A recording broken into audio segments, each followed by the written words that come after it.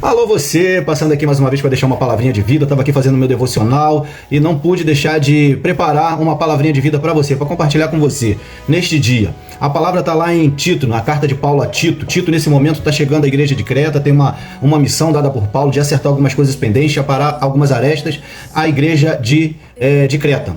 O que acontece? Eu vou deixar um texto aqui como referência. Esse texto é fundamental para a gente entender o raciocínio e depois eu vou descrever sobre o devocional.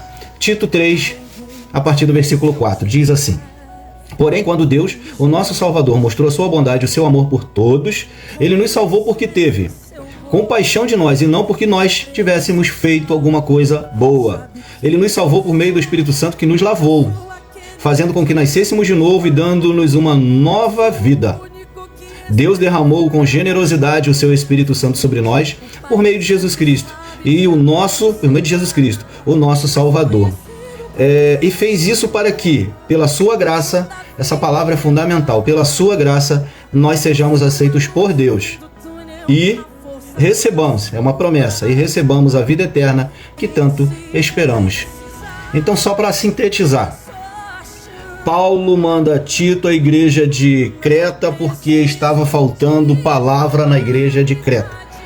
Estavam desviando desses princípios e Paulo faz questão de que Tito vá até lá. É um excelente obreiro na obra do Senhor.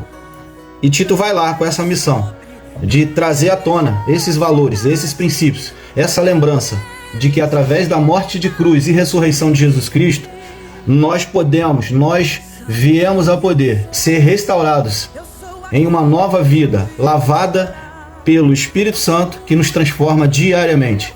E desse modo, o perdão pelos nossos pecados foi concedido por graça, maravilhosa graça de Deus. O preço do pecado Cristo pagou na cruz. Não seria por obra alguma que poderíamos pagar. Teria que ser por sacrifício de sangue e morte, que foi o que aconteceu com Jesus Cristo. E através disso vem a promessa.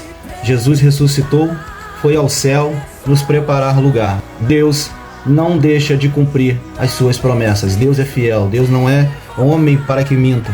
Deus cumpre todas as suas promessas. E Paulo estava preocupado com isso. Uma dessas promessas é justamente a vida eterna, ao lado do Pai, ao lado do Filho, a presença do Espírito Santo. E nesse momento Paulo percebe que a igreja de Creta estava desvinculando desses valores, dessa doutrina. Então ele manda Tito até lá. Só para você ter noção, a igreja de Creta, ou a cidade de Creta, na época de Paulo, ela era uma cidade pagã. Inclusive o deus deles, chamado Zeus, eles entendiam que tinha nascido na ilha de Creta. Era uma mistura absurda de cultura, influência de cultura, porque era uma região no mar Mediterrâneo, então tinha muito vínculo comercial com outras nações. Era uma região muito politeísta. A religiosidade ali no politeísmo era imensa e tinha essa dificuldade. Então, o que acontece? Em dado momento nas escrituras, Paulo cita até um escritor cretense que fala que ele mesmo declara e reconhece que os cretenses são um povo mentiroso, não eram pessoas de confiança, mentiam muito. Essa é a narrativa de Paulo. Paulo estava preocupado com a conduta dos novos cristãos. Paulo estava preocupado com o comportamento dos novos cristãos. Paulo estava preocupado com a influência cultural que os convertidos sofriam. E ainda tinha a influência de algumas pessoas que se diziam profetas, pastores, e estavam distorcendo, estavam judaizando as escrituras, o evangelho da salvação. E o que isso tem a ver nessa noite?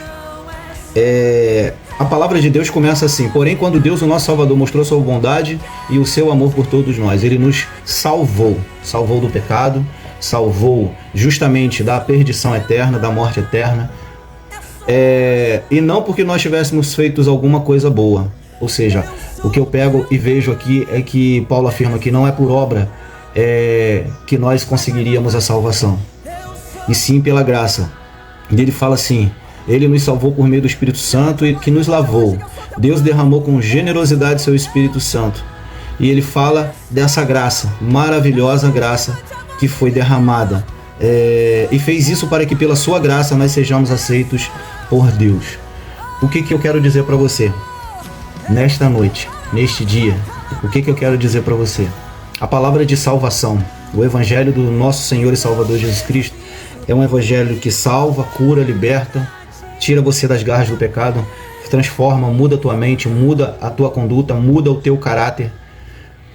Os cretenses, o comportamento que Paulo menciona, não é diferente do que a gente vive hoje. Hoje as pessoas mentem com facilidade, o mentir é algo normal, e diante da palavra de Deus o mentir é pecado. Os cretenses eram, segundo Paulo, invejosos, e a inveja do evangelho, diante de Deus, é algo que individualiza muito o homem, que causa mal, e portanto isso é pecado diante de Deus, e é algo que a gente vive hoje. As pessoas com muita inveja umas das outras, olhando para o lado, querendo desejar, invejando as coisas dos outros. E a mentira. E a covardia na hora de lidar com o próximo, sabe? Olhando sempre a individualidade. Os cretenses eram assim naquela época. E Paulo chama atenção, e eu quero chamar a tua atenção. E nessa passagem que a gente leu, Paulo traz à memória. Você é lavado uma vez, salvo, convertido, purificado pelo Espírito Santo, salvo por Cristo Jesus, que morreu na cruz. Você tem o papel de se preocupar em se transformar dia após dia, através do Espírito Santo, que vai mudar o seu caráter, a sua conduta, a sua visão de vida. Os valores que o mundo aí fora ensina são valores que vão de encontro com os valores de Jesus, que segundo Jesus a gente deve amar ao próximo, a gente não deve pagar o mal com o mal, sabe? Lei de Talião, a gente não tem que pagar o mal com o mal, a gente tem que pagar o mal com o bem, amar o próximo, ajudar o próximo, ser solidário. E muitas das vezes hoje a gente é muito individualista, e o Senhor se agrada disso, porque o Senhor, além da bênção da salvação, da alegria da salvação, e nos abençoa, porque através do Espírito Santo nós fazemos escolhas que agradam a Deus, escolhas que vão de encontro à vontade do Senhor, o projeto do Senhor para a vida do ser humano. É um andar puro, é um caminhar puro. Não que a gente vai ser um santo, mas essa busca ela precisa ser incessante. O Espírito Santo que vive em nós, ele nos corrige a todo momento. A gente cai, levanta e vigia para não cair de novo. A gente, em outra situação, a gente cai, levanta, se arrepende, busca não cair nunca mais naquele lugar, sabe, naquele buraco. E é assim que vai sendo a nossa caminhada. Não é ter prazer no pecado, não é ter prazer em andar no erro, não é ter prazer em mentir, não é ter prazer em falar mal dos outros, não é ter prazer em fazer coisas más. É mudança de comportamento, não é olhar para você e falar assim, fulano é mentiroso. Igual ele cita ali uma das referências cretenses, poxa, eles eram mentirosos. Essa era uma citação do escritor cretense. Então, que você seja alguém de fato transformado. Se você não é, busque no Senhor, porque o Espírito Santo vai te trazer grandes transformações, e você vai viver com muito mais paz no seu coração, no seu viver, porque o Espírito vai estar presente em você. Em nome de Jesus, fica com essa palavra, tá bom?